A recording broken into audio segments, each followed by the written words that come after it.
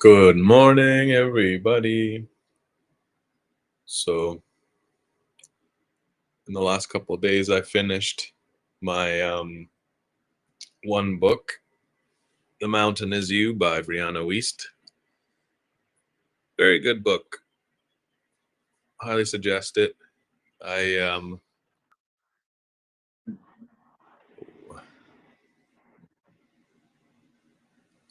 okay. Yeah, so I just finished that book. Highly recommend it. It's a very nice book.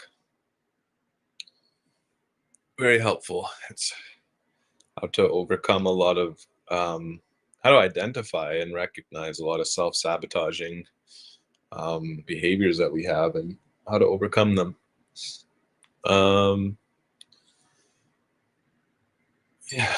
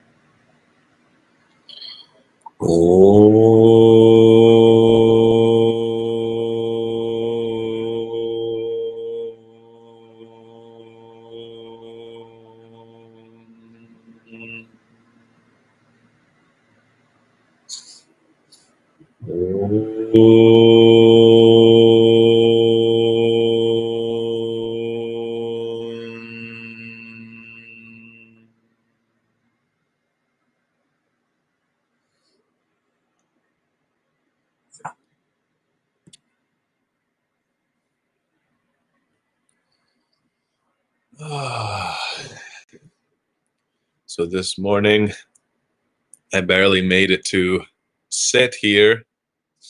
Um, yeah, my back is in like full spasm. I heard it last night while playing with my little baby daughter, Rumi. I was crawling around on the floor with her, and then it just gave out on me. It's like an old back thing. But yeah, I could barely stand up this morning. Barely made it upstairs. But here I am. Okay, so new book, Loving What Is, by Byron Katie. 4 questions that can change your life.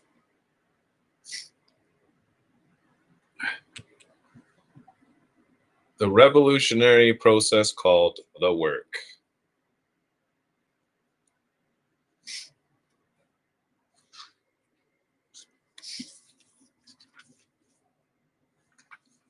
Fresh new book to read. Introduction.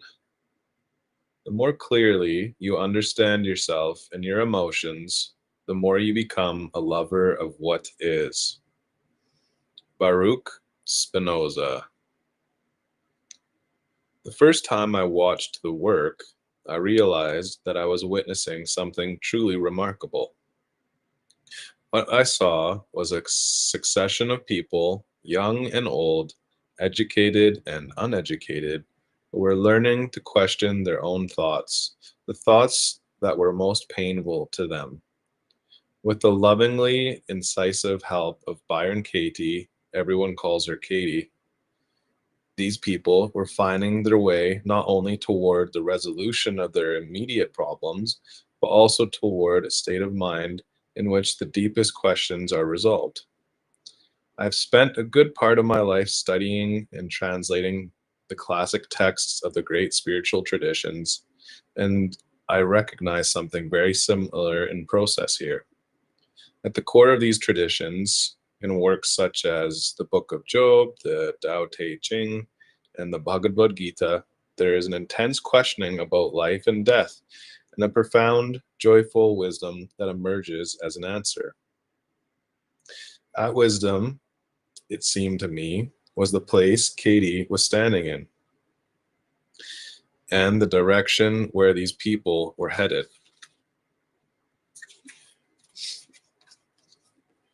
As I watched from my seat in a crowded community center, 5 men and women, one after another, were learning freedom through the very thoughts that cause their suffering. Thoughts such as, my husband betrayed me, or my mother doesn't love me enough. Simply by asking four questions and listening to the answers they found inside themselves. These people were opening their minds to profound, spacious, and life transforming insights. I saw a man who had been suffering for decades from anger and resentment toward his alcoholic father light up before my eyes within 45 minutes. I saw a woman who had been almost too frightened to speak because she had just found out that her cancer was spreading, end the session in a glow of understanding and acceptance. 3 out of 5 people had never done the work before, yet the process didn't seem to be more difficult for them than it was for the other two, nor were their realizations any less profound. They all began by realizing a truth so basic that it usually invisible. The fact that, in the words of the Greek philosopher Epictetus, we are disturbed not by what happened to us, but by our thoughts about what happens. As soon as, that's so profound. We are not disturbed by what happens to us, but by our thoughts about what happens. As soon as they grasped that truth, their whole understanding changed. Before people have experienced the work of Byron Katie for themselves, they often think that it is too simple to be effective. But its simplicity is precisely what makes it so effective. Over the past 2 years since Katie and I met, we are now married. I have done the work many times on thoughts I hadn't even been aware of. And I've watched more than 1,000 people do it in public events across the United States, Europe, on the whole gamut of human problems, from major illnesses, the deaths of parents and children, sexual and psychological abuse, addictions, financial insecurity, professional professional problems, and social issues to the usual frustrations of daily life. Again and again, I have seen the work quickly and radically transform the way people think about their problems. And as the thinking changes, the problems disappear. Suffering is optional, Katie says. Whenever we experience a stressful feeling, anything from mild discomfort to intense sorrow, rage, or despair, we can be certain that there is a specific thought causing our reaction, whether or not we are conscious of it. The way to end our stress is to investigate the thinking that lies behind it. Anyone can do this by himself with a piece of paper and a pen. The, the work's four questions, which you will see in context later in this introduction, reveal where our thinking isn't true for us. Through this process, Katie also calls it inquiry, we discover that all the concepts and judgments that we believe or take for granted are distortions of the things as they really are. When we believe our thoughts instead of what is really true for us, we experience the kinds of emotional distress that we call suffering. Suffering is a natural alarm, warning us that we're attached to a thought. When we don't listen, we come to accept the suffering as an inevitable part of life. It's not. The work has striking similarities with the Zen koan and the Socratic dialogue, but it doesn't stem from any tradition, Eastern or Western. It is American, homegrown, and mainstream, having originated in the mind of an ordinary woman who had no intention of originating anything.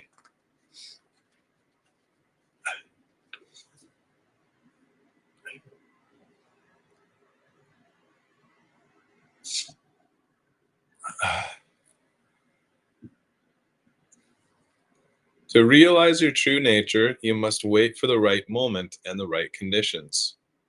When the time comes, you are awakened as if from a dream. You understand that what you have found is your own and doesn't come from anywhere outside. Buddhist Sutra. The work has been born on a February morning in 1986. Hey, I was born in February 1986. When Byron Katie Reed, a 43-year-old woman from a small town in the high desert of Southern California, woke up on the floor of a halfway house. In the midst of an ordinary life, two marriages, three children, a successful career, Katie had entered a 10-year-long downward spiral into rage, paranoia, and despair. For 2 years, she was so depressed that she could seldom manage to leave her house. She stayed in bed for weeks at a time, doing business by telephone from her bedroom, unable even to bathe or brush her teeth. Her children would tiptoe past her to avoid her outbursts of rage. Finally, she checked into a halfway house for women with eating disorders, the only facility that her insurance company would pay for.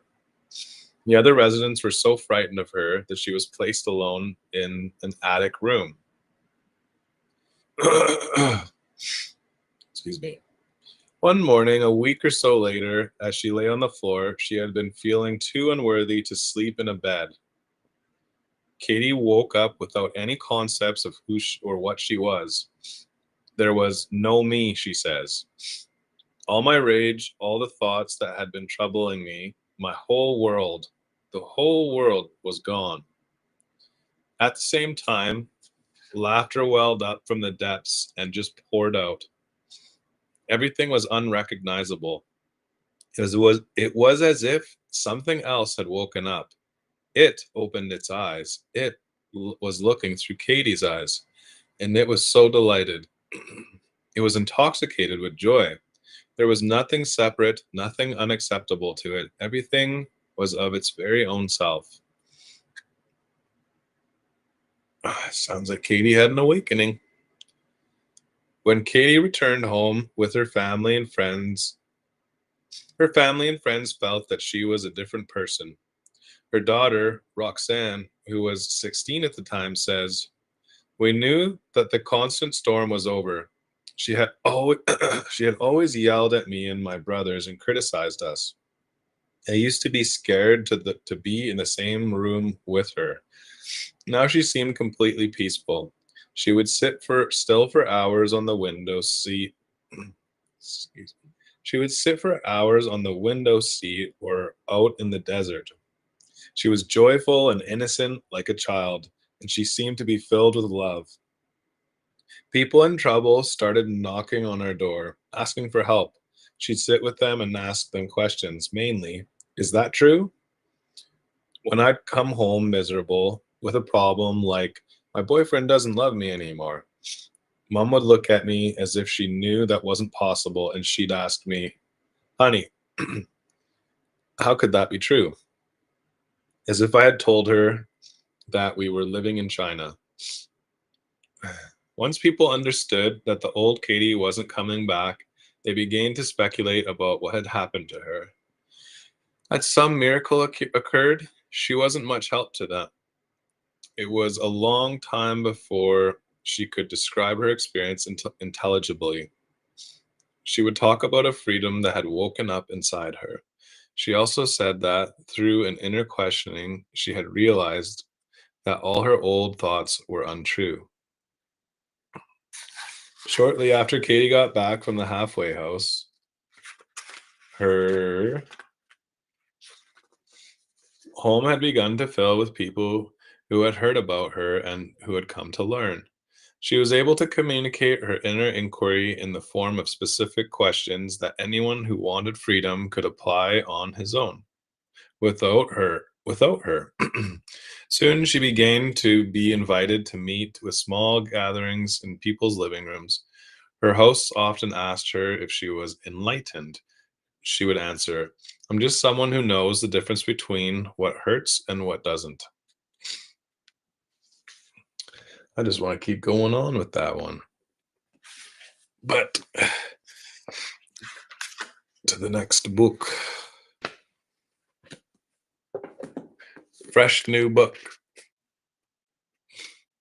I've listened to the audiobook of this last winter. Loving What Is, Byron Katie. Excellent, excellent book. Eckhart Tolle, A New Earth, Awakening to Your Life's Purpose.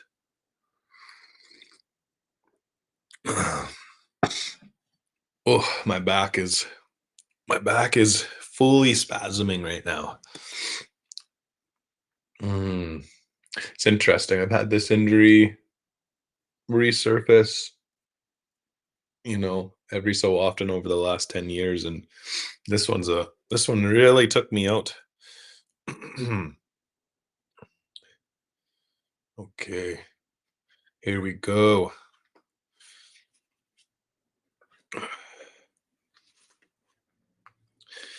Lose yourself to find yourself. Inner space also arises whenever you let go of the need to emphasize your form identity. That need is of the ego. It is not a true need. We have already touched briefly upon this. Whenever you relinquish one of these behavior patterns, inner space emerges. You become more truly yourself. To the ego, it will seem as if you were losing yourself, but the opposite is the case. Jesus already taught that you need to lose yourself to find yourself. Whenever you let go of these patterns, you de emphasize who you are on the level of form, and who you are beyond form emerges more fully. You become less, so can become more. Here are some ways in which people unconsciously try to emphasize their form identity. If you are alert enough, you may be able to detect some of these unconscious patterns within yourself. Demanding recognition for something you did and getting angry or upset if you don't get it. Trying to get attention by talking about your problems. I've never done that. Uh, the story of your illnesses or making a scene, giving your opinion when no one has asked for it and it makes no difference to the situation. Being more concerned with how the other person sees you than with the other person, which is to say, using other people for egoic reflection or as ego enhancers, trying to make an impression on others through possessions, knowledge, good looks, status, physical strength, and so on, bringing about temporary ego inflation through angry reaction against something or someone, taking things personally, feeling offended, making yourself right and others wrong through futile mental or verbal complaining, wanting to be seen or to appear important. My goodness, I can relate to that, all of that. So these are the unconscious patterns within ourselves, which are reflections of the ego and the pain body. Once you have detected such a pattern within yourself, I suggest that you conduct an experiment. Find out what it feels like and what happens if you let go of that pattern. Just drop it and see what happens. De emphasizing who you are on the level of form is another way of generating consciousness. Discover the enormous power that flows through you into the world when you stop emphasizing your form identity. Stillness. It has been said, stillness is the language God speaks, and everything else is a bad translation. Stillness is really another word for space. Becoming conscious of stillness, whenever we encounter it in our lives, will connect us with the formless and timeless dimension within ourselves. That which is beyond thought, beyond ego. It may be the stillness that pervades the world of nature, or the stillness in your room in the early hours of the morning, or the silent gaps between sounds. Stillness has no form. That is why, through thinking, we cannot become aware of it. Thought is form. Being aware of stillness means to be still. To be still is to be conscious without thought. You are never more essentially, more deeply yourself than when you are still. When you are still, you are who you were before you temporarily assume this physical and mental form called a person. You are also who you will be when the form dissolves. When you are still, you are who you are beyond your temporal existence. Consciousness, unconditioned, formless, eternal. It's so funny though that we're so identified with movement and thoughts and anything but stillness. You know, it's almost seems alien.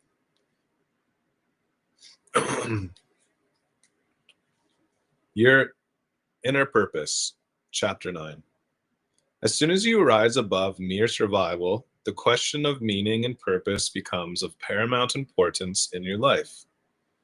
Many people feel caught up in the routines of daily living that seem to deprive of their life of significance.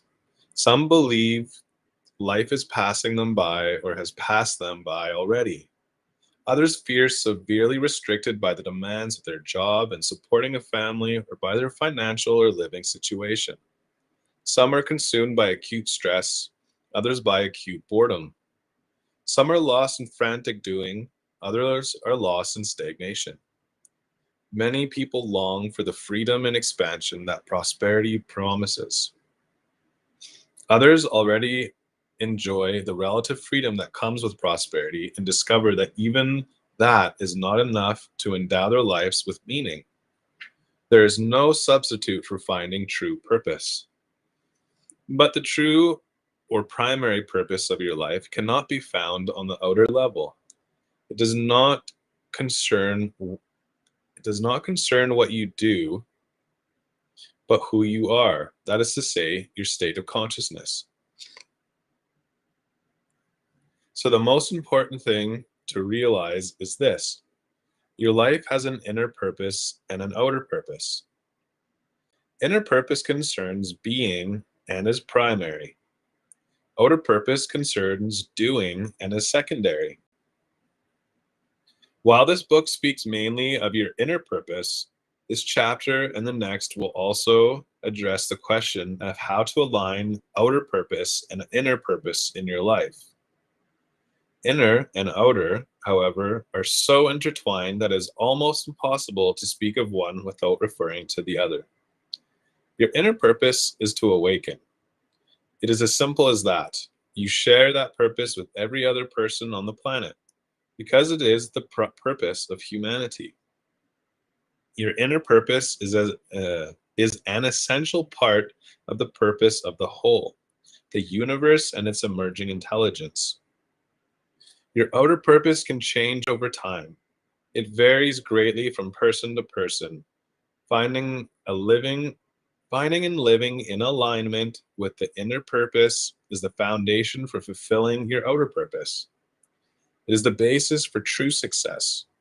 Without that alignment, you can still achieve certain things through effort, struggle, determination, and sheer hard work or cunning.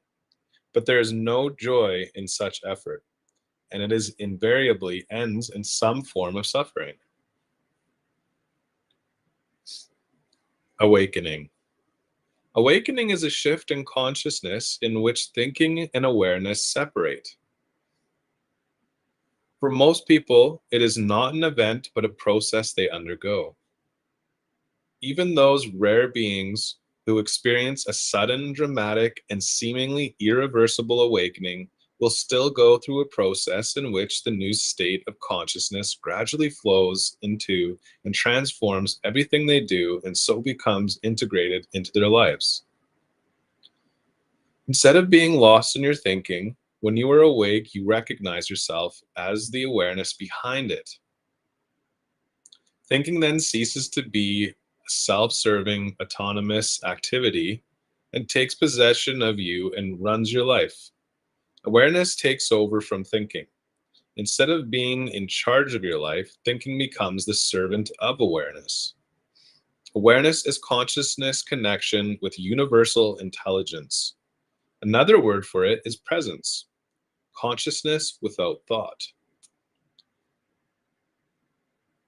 The initiation of the awakening process is an act of grace. You cannot make it happen, nor can you prepare yourself for it or accumulate credits toward it. There isn't a tidy sequence of logical steps that leads toward it, although the mind would love that. You don't have to become worthy first. It may come to the sinner before it comes to the saint, but not necessarily. That is why Jesus associated with all kinds of people, not just the respectable ones. There's nothing you can do about awakening. Whenever you do, whatever you do will be the ego trying to add awakening or enlightenment to itself as its most prized possession and thereby making itself more important and bigger. Instead of awakening, you add the concept of awakening to your mind, or the mental image of what an awakened or enlightened person is like, and then try to live up to that image. Living up to an image that you have of yourself or that other people have of you is inauthentic living, another unconscious role the ego plays.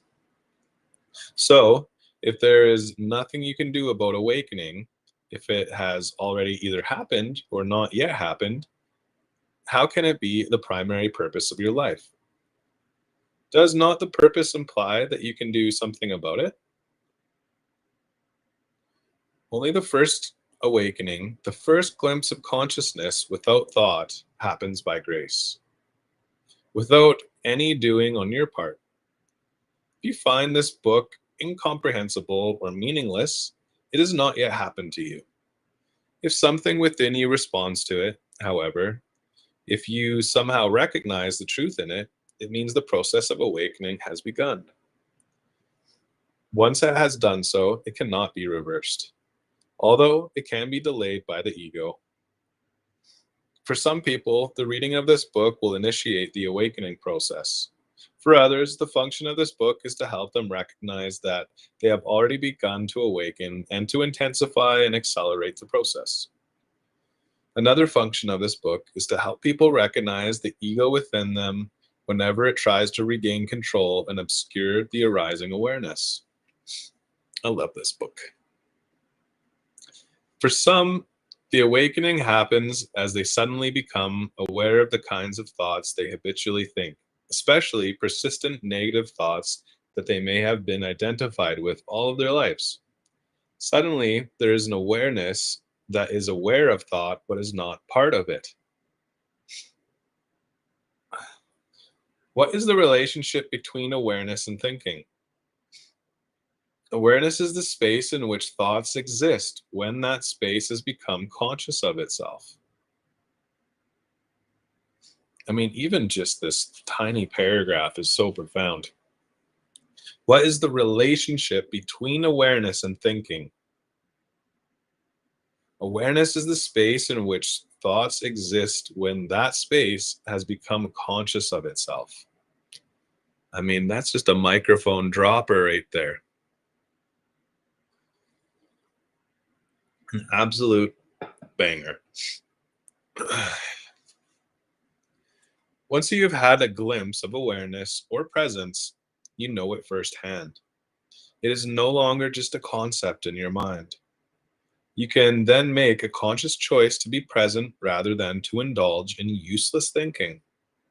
You can invite presence into your life. That is to say, make space. With the grace of awakening comes responsibility. You can either try to go on as if nothing has happened, or you can see its significance and recognize the arising of awareness as the most important thing that can happen to you. Opening yourself to the emerging consciousness and bringing its light into the world then becomes the primary purpose of your life. I want to know the mind of God, Einstein said. The rest are details. What is the mind of God? Consciousness. What does it mean to know the mind of God? To be aware. What are the details? Your outer purpose and whatever happens outwardly. So while you are perhaps still waiting for something significant to happen in your life, you may not realize that the most significant thing that can happen to a human being has already happened within you. The beginning of the separation process of thinking and awareness. Many people who are going through the early stages of the awakening process are no longer certain what their outer purpose is. What drives the world no longer drives them. Seeing the madness of our civilization so clearly, they may feel somewhat alienated from the culture around them. Some feel that they inhabit a no man's land between two worlds. They are no longer run by the ego, yet the arising of awareness has not yet become fully integrated into their lives. Inner and outer purpose have not emerged. Oh, I find this book to be just so clear. It's like pure water. Eckhart Tolle, A New Earth. It's the second book. His first book, The Power of Now. Oh, my back is just going nuts right now, all into my hip.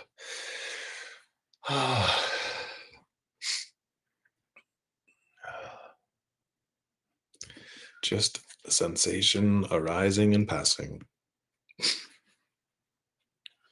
And this book, the third book, is I Am That, Talks with Sri Nisargadatta Maharaj.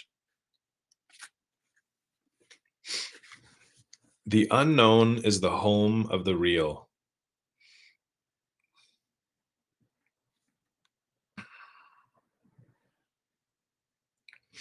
Questioner. Who is the Guru and who is the Supreme Guru? Maharaj.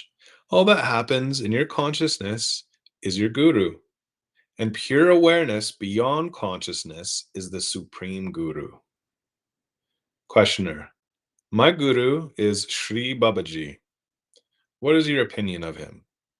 Maharaj. What a question to ask. The space in Bombay is asked what is its opinion of the space in Pune. The names differ, but not the space. The word Babaji is merely an address. Who lives under the address? You ask questions when you are in trouble. Inquire who is giving trouble and to whom.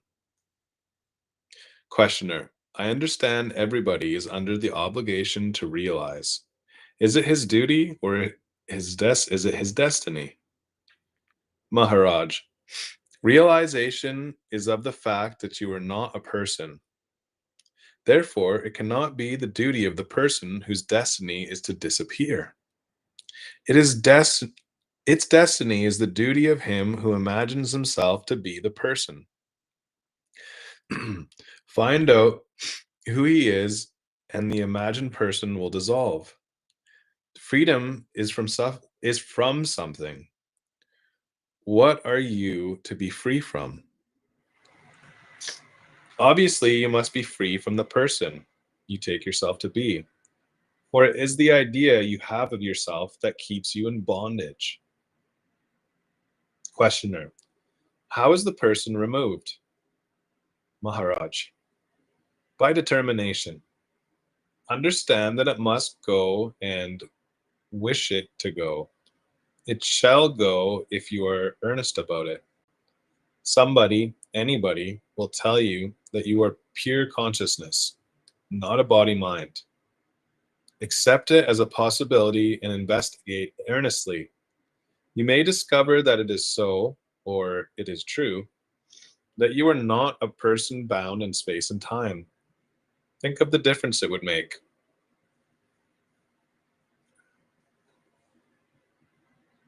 Questioner. If I'm not a person, then what am I? Maharaj.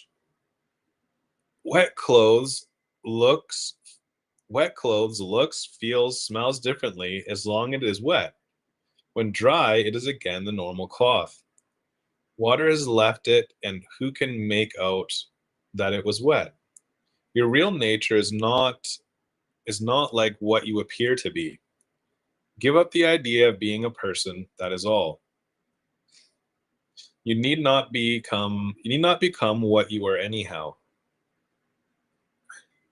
There is the identity of what you are, and there is the person superimposed on it. All you know is the person, the identity, which is not a person. You do not know, for you never doubted, never asked yourself the crucial question: who am I?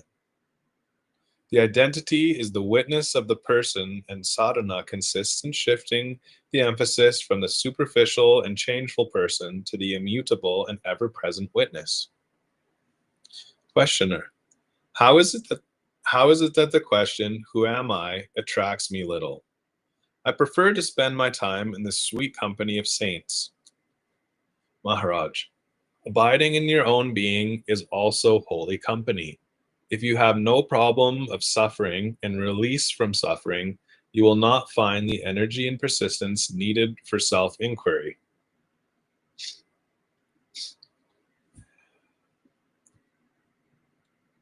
You cannot manufacture a crisis. It must be genuine. Questioner: How does a genuine crisis happen? Maharaj: It happens every moment, but you are not alert enough. A shadow on your neighbor's face, the immense and all-pervading sorrow of existence is a constant factor in your life, but you refuse to take notice. You suffer and see others suffer, but you don't respond. Questioner: What you say is true, but what can I do about it? Such indeed is the situation. My helplessness and dullness are a part of it. Maharaj: Good enough. Look at yourself steadily. It is enough. The door that locks you in is also the door that lets you out. The I am is the door.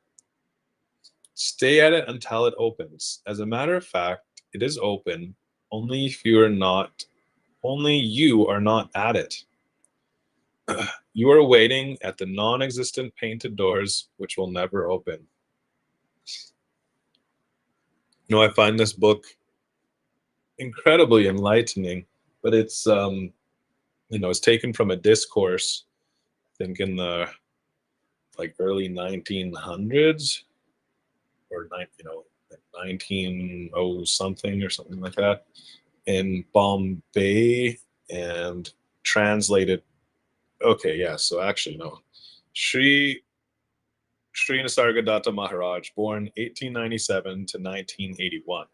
So this is like probably a lot of this was taken through like the 1960s, 1970s, and then just up until the 80s. But it was translated from whatever language they were speaking there, and roughly translated. So I mean, these topics, first of all, are pretty heady, and then when you are speaking another language, translating them and doing a rough translation becomes even more of an adventure. But I mean, all these books are just pointing back at the self. Like, who are you? Who are you before your thoughts? What is it that is aware of the thoughts? Excuse me.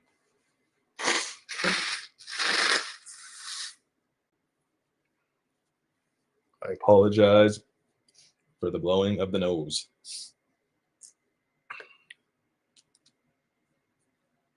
Oh, and time for meditation. Today's meditation will be for me how to sit with the pain in the back.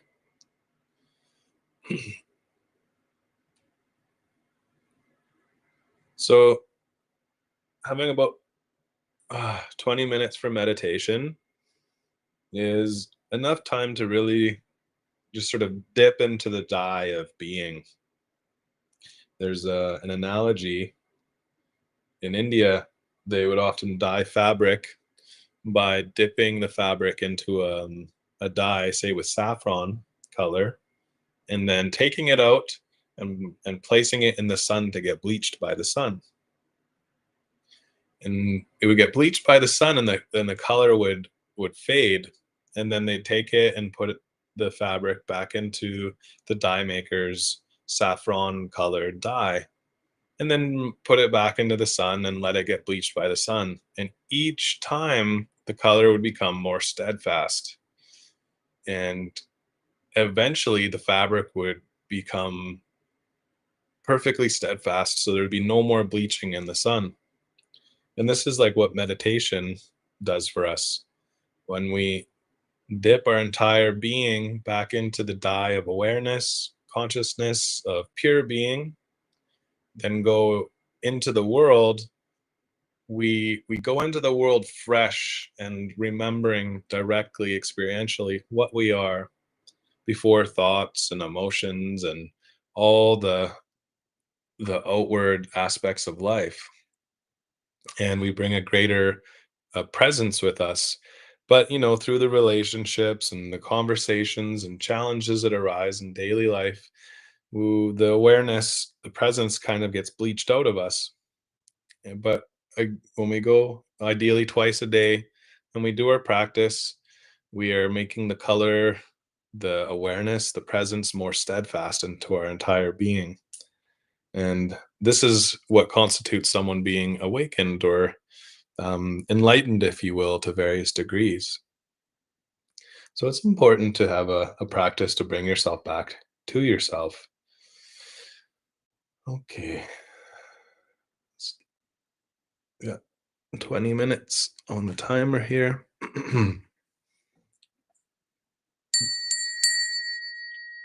Om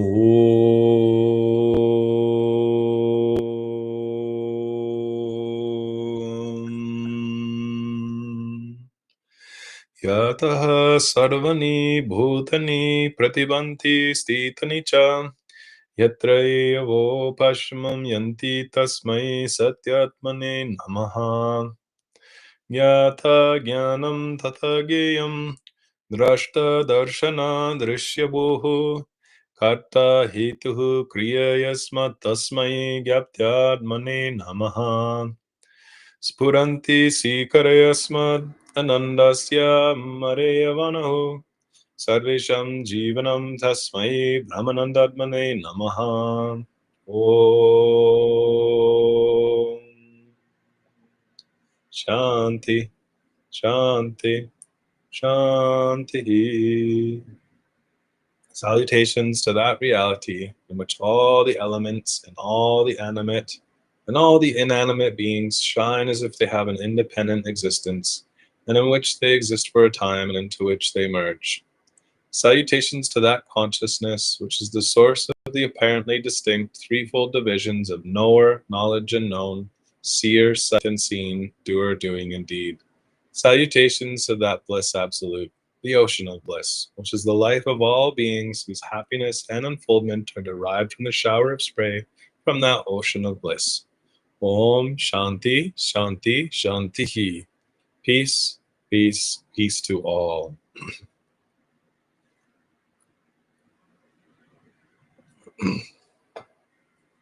Begin your meditation by finding a nice seated posture where you can be steady and relaxed.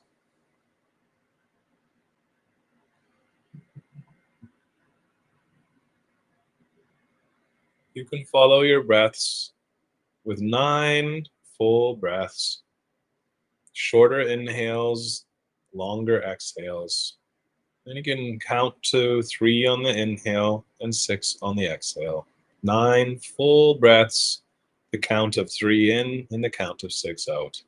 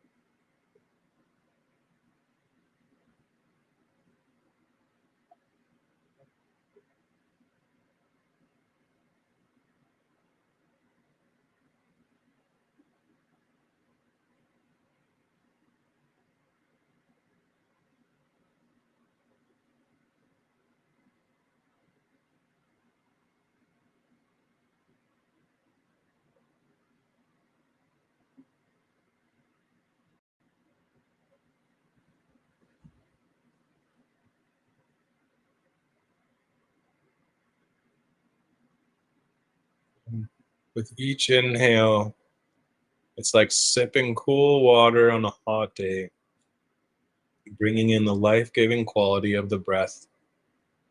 And each exhale, just relaxing a little bit more.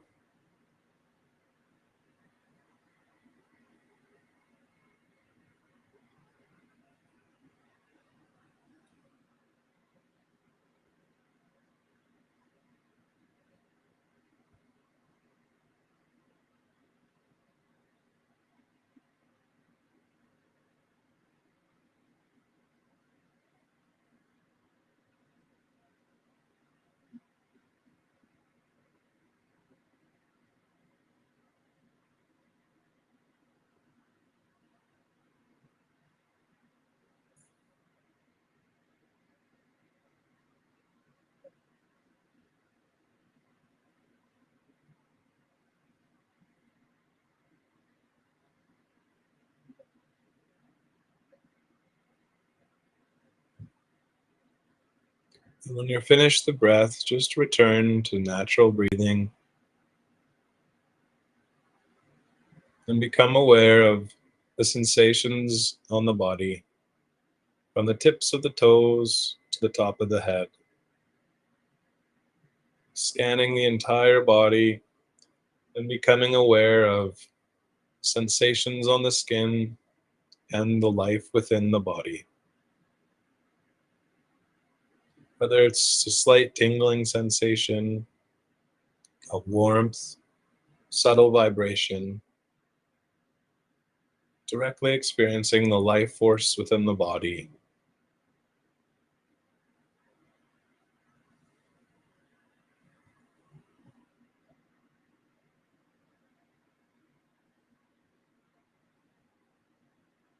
Scanning the entire body, staying with the awareness of the body from the tips of the toes to the top of the head.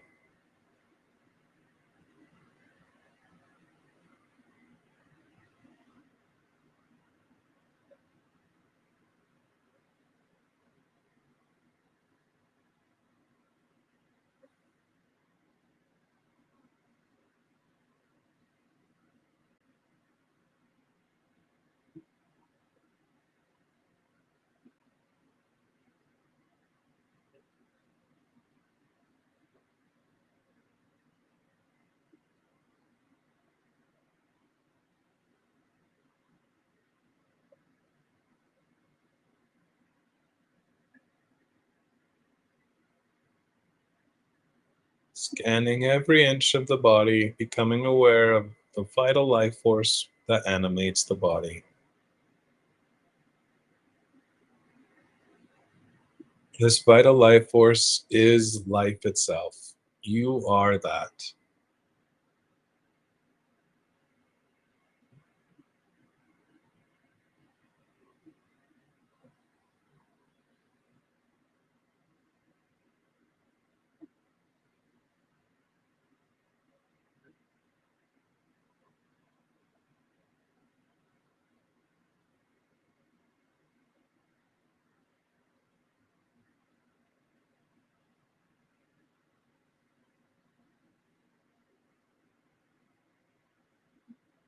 Letting the breath nourish the body.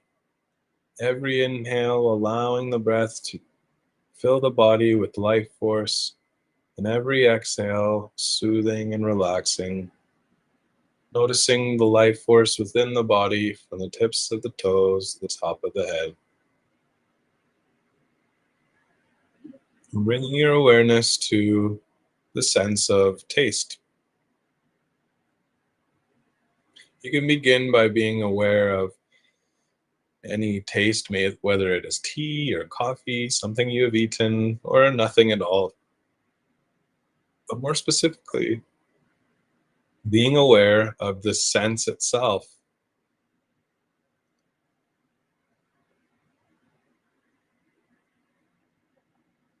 not so much what it is sensing, but the fact that it is sensing.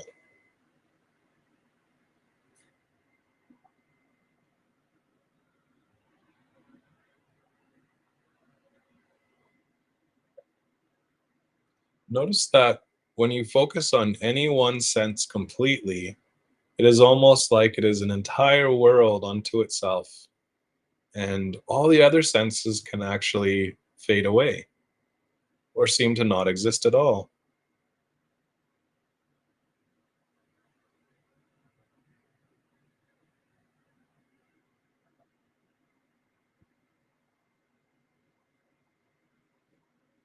Now shift your awareness to the sense of smell, sensation of air coming in and out of the nose.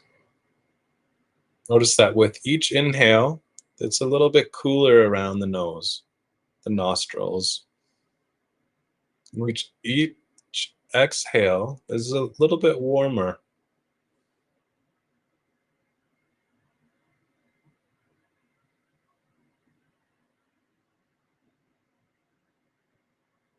Notice any scent that might be there, but more specifically, notice the sensation of smelling itself.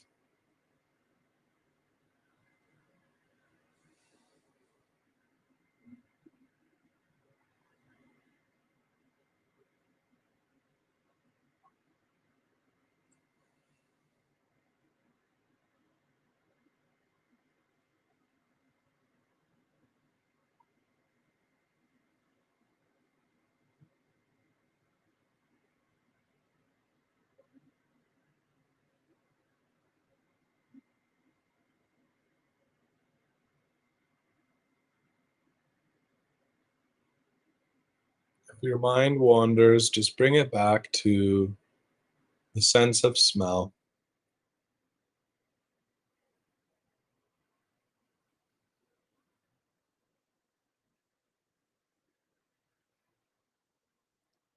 And now, whether your eyes are open or closed, bring your attention into the sense of sight. Not looking at anything specifically, and if you are looking, not labeling, just allowing sight to be sight, the sensation of sight to know itself.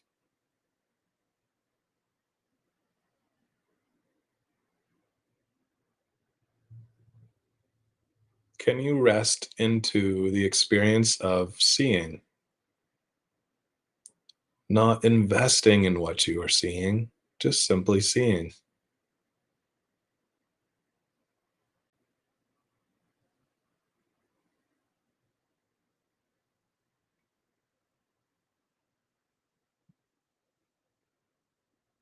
And let the thoughts arise and pass, and bringing your attention back to the sensation of sight.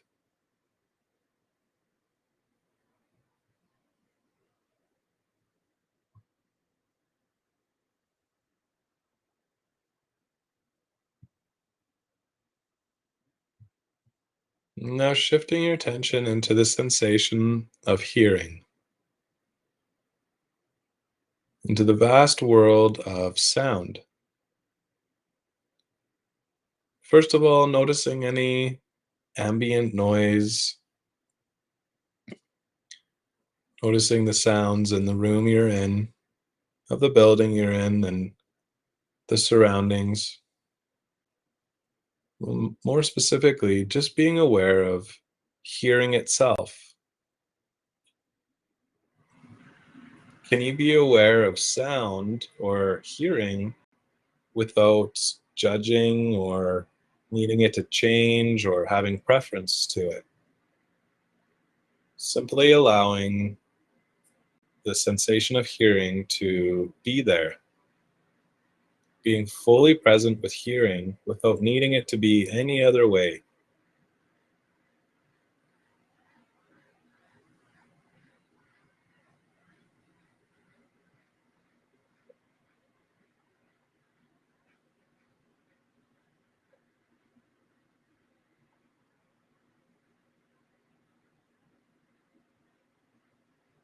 If there's any resistance that arises, any preference, any dullness, any motivation to go and do something else, just notice it. Don't resist it, push it away, or feed it. Allow the resistance, allow the sleepiness, allow the the motivation to be as it is, like a passing cloud. Just like we've been aware of each of the sensations within the body, allowing them to be as they are, arising and passing, staying present with the sensations in the body, so too we can be aware of the thoughts, the emotions, the stories, the memories as they come, last for some amount of time, and pass.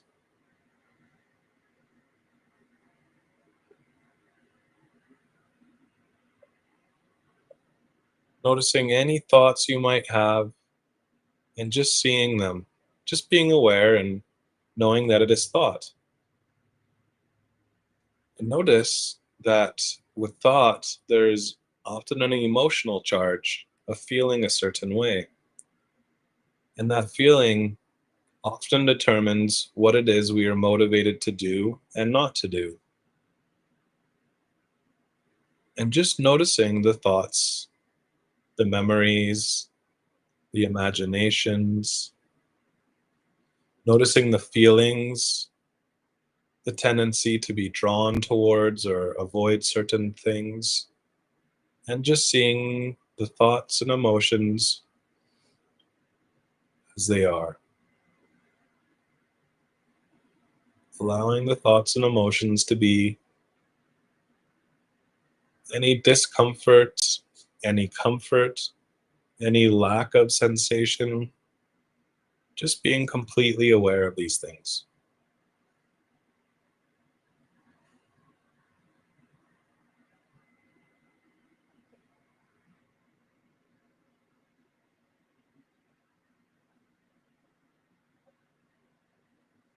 Every thought, every emotion, every sensation is arising within your awareness.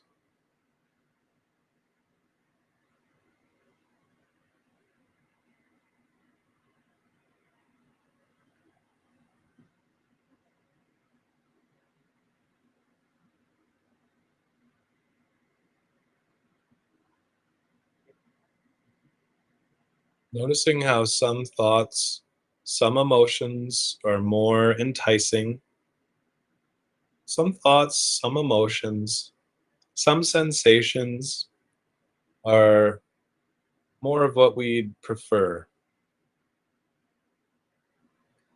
and others we would like to avoid or seem to not make any difference at all.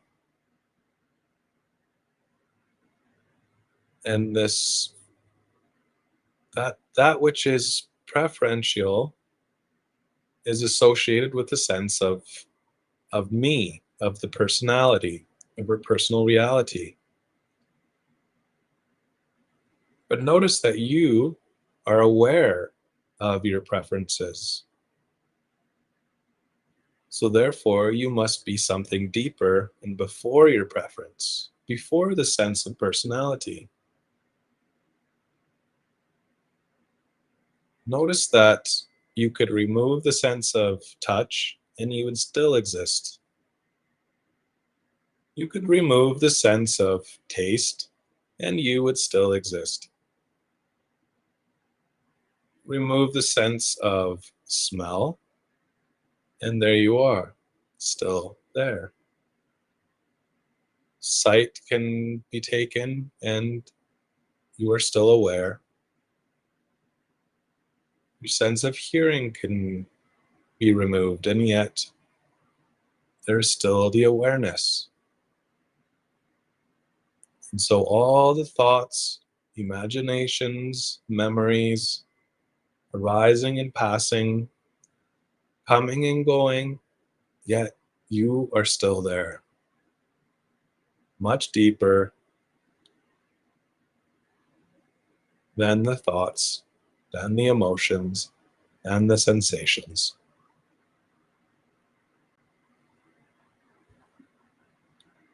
Although the thoughts and emotions and sensations might be overwhelming at times and very convincing, You are essentially much deeper than these.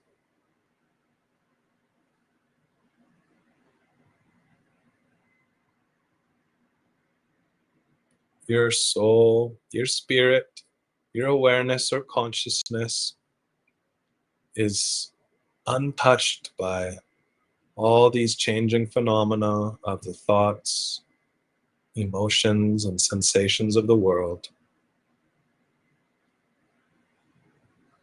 Yes, the body is important. The emotions and thoughts, the relationships are all important facets of this realm of becoming. And yet, at your deepest core, you remain unstained, perfect, whole, and complete.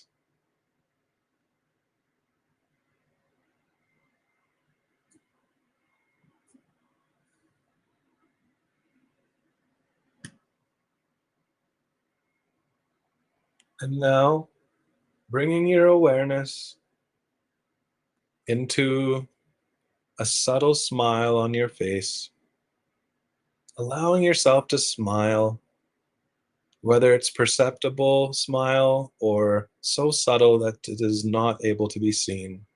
Just gently smiling and noticing how that feels in the body.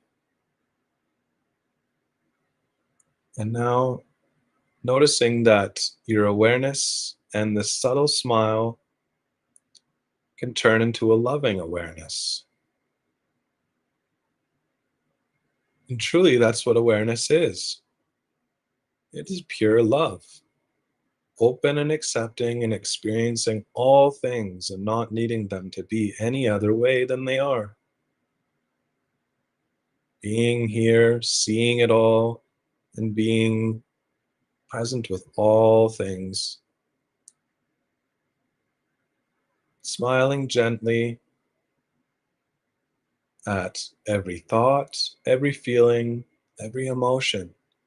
A gentle smile, this loving awareness radiating into all your thoughts, all your emotions, radiating to every part of the body, from the tips of the toes to the top of the head, a gentle smile. I am loving awareness. And extending this gentle smile and this loving awareness to the entire room that you're in, gently smiling with this loving awareness to the entire building that you're in, to the entire town or area that you live in, the city, smiling with loving awareness to the whole country, into the whole world, smiling with loving awareness into the whole cosmos, our solar system, neighboring solar systems, into space and time itself. And then resting simply as this loving awareness.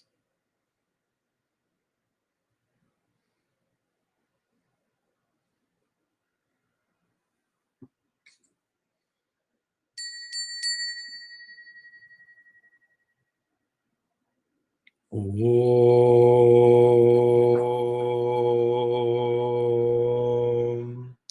Ik Onkar Satnam Karta Purak Nirbhav Nirvair Akamurat Ajuni Saibhang Gur Prasad Jap Adh Sach Jugad Sach He Bhi Sach Nanak Hosi Bhi Sach.